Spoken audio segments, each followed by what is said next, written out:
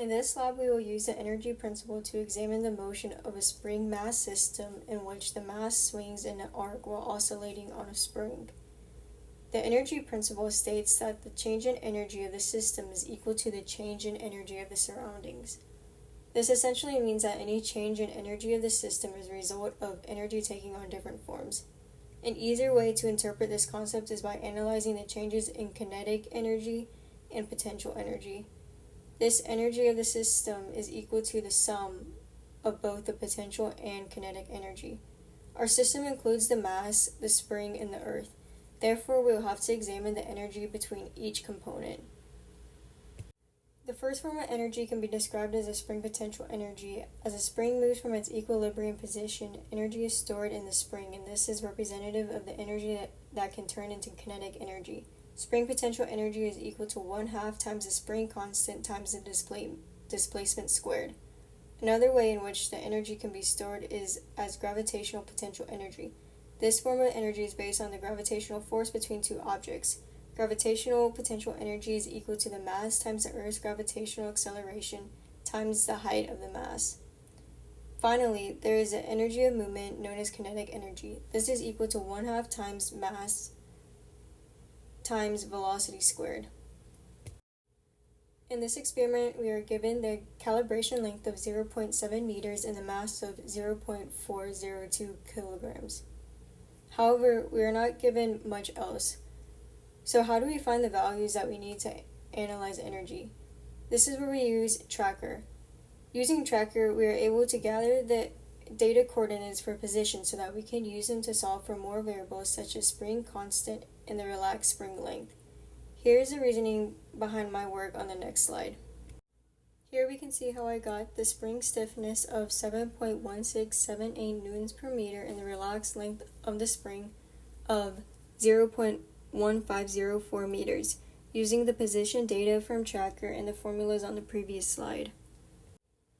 First, I established the given mass and initial values. I was able to get the initial position from Tracker, and the initial velocity is 0 because it is the moment right before it is released.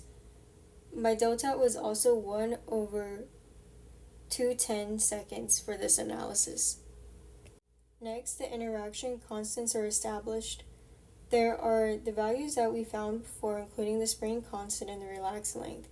We then use the relaxed length value and the position of the mass to find the displacement of the spring, which will be used in the spring potential energy equation. At the bottom, the equations for each energy component is stated, including the kinetic energy, the potential energy, and the spring potential energy.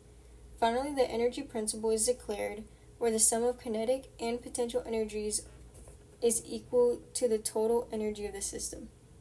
Here we run the calculation loop to find the change in each energy component and the data from Tracker.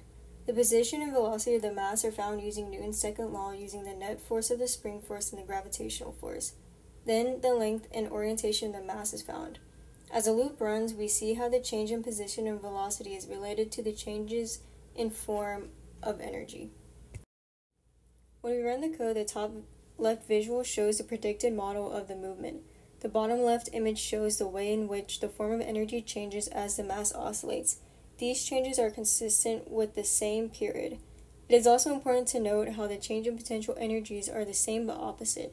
This is because as different points of the mass's motion, the type of potential energy has a greater effect on the mass's movement. The images on the right show the difference between the predicted values versus the observed data. There is a small difference in period, time, and the positions. This difference may be caused by the error when collecting data in Tracker.